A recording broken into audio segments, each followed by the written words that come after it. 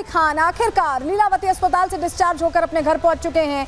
तस्वीर आपको दिखा रहे हैं, अस्पताल से घर पहुंचे हैं सैफ और उन्होंने अभिवादन किया मीडिया का। 6 दिन बाद यहां डिस्चार्ज हुए हैं। सर्जरी उनकी हुई, जिस तरह की घटना चोरी की उनके घर सामने आई थी, और यहां अभिवादन करते हुए देखिए आगे बढ़ रहे हैं सैफ अली खान। बिल्कुल फिट एंड फाइन लग रहे हैं। 6 दिन बाद यहां अस्पताल से डिस्चार्ज हुए हैं, अपने घर पहुंच चुके हैं और आप देखिए बिना किसी सपोर्ट के चल रहे हैं, यानी ही इज परफेक्टली फाइन ऐसा तस्वीर में लग रहा है। 5 दिन बाद अस्पताल से घर लौट पाए हैं।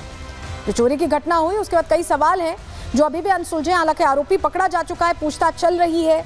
कैसे ये घटना हुई, सिक्योरिटी कैसे लैप्स हुई, ये तमाम चीजें हैं जिसकी तह तक जाने की कोशिश हो रही है। इस बीच सैफ अली खान की तस्वीरें, तो मुंबई से तो हमने आपको तस्वीरें दिखा दी और चलिए अब आगे बढ़ेंगे, बात करेंगे महाकुंभ को लेकर योगी के प्रण की, क्योंकि बड़ा फैसला होने वाला है। अब बात इसकी।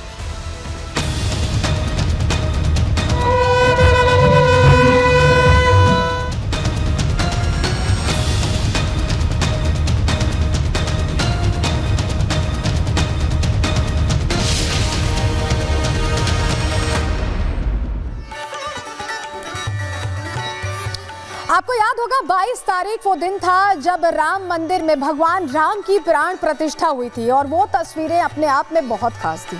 इतनी खूबसूरत तस्वीरें थी और उसे सनातन के त्योहार की तरह मनाया गया। और अब 22 जनवरी की जो तारीख है वो फिर से सनातनी डेट बनने वाली। कल का जो दिन है वो अपने आप में खास होने वाला है, क्योंकि संगम की धरती पर योगी कैबिनेट पहुंच रही है, मीटिंग होने वाली और इस बैठक से उत्तर प्रदेश को कैसे आध्यात्मिक केंद्र में तब्दील करना है, इसको लेकर बड़ा फैसला होने वाला है। क्यों मैं ऐसा कह रहे हैं, अब आपको इस सेगमेंट में बताने जा रहे हैं, क्योंकि बड़ी तैयारी योगी आदित्यनाथ ने कर ली है। योगी आदित्यनाथ ने जब अयोध्या में राम मंदिर की प्राण प्रतिष्ठा हुई तो बताया था कि कैसे खूबसूरत तस्वीर निकलकर सामने आने वाली है और अयोध्या अलग रंग में रंगने वाली, भगवान राम के रंग में रंगने वाली है। लेकिन अब और बड़ी तैयारी है यूपी के लिए, पूरे उत्तर प्रदेश के लिए। क्यों मैं ऐसा कह रहे हैं, चलिए जानकारी आपके सामने रख रहे हैं। योगी सरकार ने महाकुंभ में कैबिनेट मीटिंग बुलाई है। कल से ये शुरू होने वाली है और 22 जनवरी को प्रयागराज में कैबिनेट बैठक होगी। इस बैठक का महत्व बहुत बड़ा है, क्योंकि इस बैठक में कई ऐसे अहम फैसले लिए जा सकते हैं जो उत्तर प्रदेश की तस्वीर और सुंदर बना सकते हैं और विकास की ओर आगे जाती बना सकते हैं। क्योंकि प्रयागराज और वाराणसी को लेकर ये जानकारी मिल रही है कि बड़ा फैसला लिया जाने वाला है इस कैबिनेट मीटिंग में और इस फैसले से पूर्वांचल को नई उड़ान मिल सकती है। पूर्वांचल का जो पूरा इलाका है वहां पर पर्यटन को बढ़ावा मिल सकता है। धार्मिक क्षेत्र बनाने के प्रस्ताव पर जानकारी ये मिल रही है कि कल का दिन 22 तारीख का दिन वो अहम दिन हो सकता है जब मोहर लग सकती है। तो कल की जो कैबिनेट मीटिंग है अपने आप में बहुत खास हो जाती है, क्योंकि कई ऐसे शहर हैं जिन्हें जोड़कर ये धार्मिक क्षेत्र डिजाइन किया जाने वाला है। और आप सोचिए कि पर्यटन कितना बढ़ जाएगा उत्तर प्रदेश में, रोजगार के अवसर कितने बढ़ जाएंगे, कितना कुछ बदल जाएगा उत्तर प्रदेश में। और यही तो योगी आदित्यनाथ का प्लान है।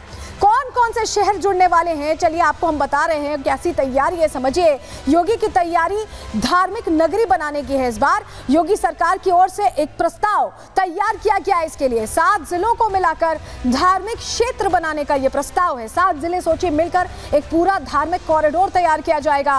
प्रयागराज और वाराणसी के आसपास के जिले भी इसमें शामिल होंगे। कौन कौन से जिले शामिल होंगे हम आगे आपको बताएंगे, लेकिन योजना जो बनाई गई है उसके मुताबिक पूरा क्षेत्र 22,000 किलोमीटर का होगा। यानी एक बड़े क्षेत्र को विकसित किया जाएगा, डेवलप किया जाएगा। योजना के क्षेत्र में धार्मिक महत्व को ध्यान में रखा जाएगा और उसके हिसाब से ही पूरा डेवलपमेंट किया जाने वाला है। क्षेत्र विकसित करने के लिए नया प्राधिकरण भी बनाया जाएगा, जो इन चारों जो शहर हैं, 7 शहरों को जोड़कर ये प्राधिकरण काम करेगा और उस हिसाब से आगे बढ़ेगा। चलिए अब आपको बता देते हैं, हम बता रहे हैं आपको क्योंकि बनारस से लेकर ये प्रयागराज की धरती तक होगा, तो बीच में भी कई शहर आते हैं और भी ऐसे धार्मिक क्षेत्र हैं जिसे यूपी में और बेहतर और विकसित करने की तैयारी है। कौन कौन से वो क्षेत्र हैं, चलिए जानकारी जल्दी से आपके सामने रख रहे हैं, क्योंकि बड़ी तैयारी है धार्मिक पर्यटन को लेकर योगी आदित्यनाथ की। देखिए आप अगर देखें यहां से वाराणसी से शुरू करते हैं, चंदौली, मिर्जापुर, प्रयागराज, जौनपुर, गाजीपुर, भदोही, ये तमाम वो जगह हैं। जो लोग प्रयागराज पहुंच रहे हैं वो काशी विश्वनाथ में भी दर्शन करने जा रहे हैं, मिर्जापुर जाकर विंध्याचल माता का भी दर्शन कर रहे हैं, जौनपुर जाकर शीतला माता का भी दर्शन कर रहे हैं, चंदौली में भी यहाँ दर्शन पूजन का यहाँ पर काम चल रहा है, क्योंकि चित्रकूट से भी लोग पहुंच रहे हैं और ऐसे में गाजीपुर और भदोही को भी जोड़ा जाएगा। तो आप सोचिए ये पूरा जो धार्मिक कॉरिडोर बनेगा, यहाँ पर्यटन बढ़ेगा, लोग पहुंचेंगे और जब पर्यटन बढ़ता है तो अपने आप विकास की त्रिवेणी बहती है। और सबसे बड़ी बात यह है कि इस तरह से जो पूरा एक्शन प्लान तैयार किया जाएगा, इन्हें जोड़कर रोजगार के अवसर पैदा किए जाएंगे और बेहतर पूर्वांचल बनकर तैयार होगा। और यही कोशिश है योगी आदित्यनाथ की। लेकिन जब हम कह रहे हैं कि 22 तारीख जो है वो अपने आप में खास है,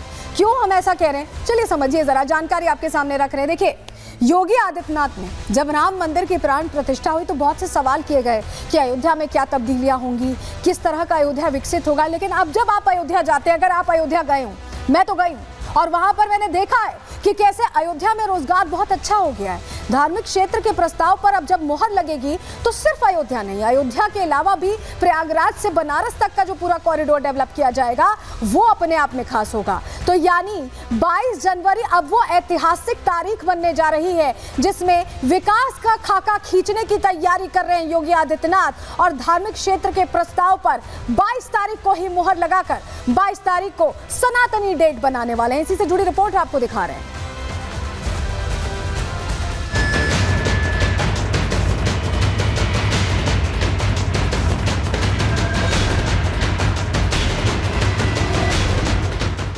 आ गई 22 जनवरी, सीएम योगी ने की बड़ी तैयारी। महाकुंभ में होगी योगी कैबिनेट, 22 जनवरी बनेगी सनातनी डेट। योगी का प्लान तैयार, धार्मिक क्षेत्र पर मुहर अब की बार। महाकुंभ में इस बार महा फैसला होने जा रहा है। तैयारी है पूरे यूपी में सनातनी झंडे को बुलंद करने की, तैयारी है यूपी में धार्मिक पर्यटन को बढ़ावा देने की, तैयारी है 22 जनवरी को ऐतिहासिक बनाने की, क्योंकि इस बार महाकुंभ में योगी कैबिनेट की बैठक होने जा रही है जिसमें सीएम योगी के साथ कैबिनेट के तमाम मंत्री मौजूद रहेंगे। और इसी बैठक से सीएम योगी ने यूपी के धार्मिक महत्व को धार देने की तैयारी कर ली है। अद्भुत अविस्मरणीय महाकुंभ संपन्न हो रहा है। डिजिटल महाकुंभ पहली बार हो रहा है। मैं प्रदेश सरकार की तरफ से आए हुए सभी संत महात्माओं का हृदय से आभार प्रकट करता हूँ। अभी कल कैबिनेट है और उसके बाद हम लोग पूरी तरह से आपको बताएंगे कि क्या होने वाला है इस कैबिनेट में। और संगम स्नान करने महाकुंभ के अवसर पर हर व्यक्ति के मन में लालसा है और आज पूरी कैबिनेट स्नान करेगी। 22 जनवरी को ही सुबह करीब 8 बजे सीएम योगी और बाकी मंत्री संगम पहुंचेंगे। संगम पर गंगा, यमुना और अदृश्य सरस्वती की त्रिवेणी की धारा में आस्था की डुबकी लगाएंगे। संगम तट पर पूजा अर्चना और दान पुण्य करेंगे। इसके बाद होने वाली कैबिनेट बैठक में वाराणसी प्रयागराज क्षेत्र को नया धार्मिक क्षेत्र बनाने का प्रस्ताव रखा जाएगा और सरकार इसे मंजूरी दे सकती है। प्रस्ताव में इस क्षेत्र को अत्याधुनिक तकनीक के साथ विकसित किया जाएगा। माना जा रहा है कि इस प्रस्ताव पर मोहर लगने के बाद इस क्षेत्र में धार्मिक पर्यटन को बढ़ावा मिलेगा और स्थानीय लोगों के लिए रोजगार के अवसर पैदा होंगे।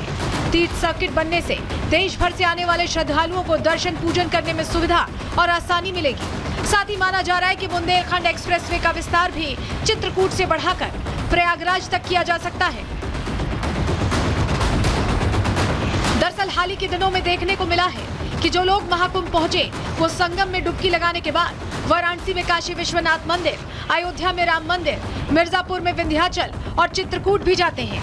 ऐसे में इन सभी क्षेत्रों को जोड़ने से इन जिलों में विकास को नई उड़ान मिल सकती है और यही सीएम योगी का प्लान है। कैबिनेट बैठक की तारीख 22 जनवरी रखने के पीछे भी योगी का खास मकसद है। पिछले साल इसी तारीख को अयोध्या में राम मंदिर का लोकार्पण और रामलला की प्रतिमा की प्राण प्रतिष्ठा हुई थी और इस महाकुंभ में होने वाली इस कैबिनेट बैठक में सीएम योगी बड़ा फैसला कर 22 जनवरी का सनातनी महत्व और बढ़ाने की तैयारी कर रहे हैं। Bureau report, Republic Bharat. तो सनातन की स्थिति को ऐतिहासिक बनाने की जहां तैयारी है, उसी को लेकर जो प्रयागराज में संत समाज है वो भी उत्साहित दिख रहा है। सुनिए जरा उनका क्या कहना है। भारत राष्ट्र में राम मंदिर की स्थापना होना 500 वर्षों के अंतराल के बाद केवल राम मंदिर नहीं है बल्कि राष्ट्र धर्म राष्ट्र बनने जा रहा है। धर्म की स्थापना हुई है।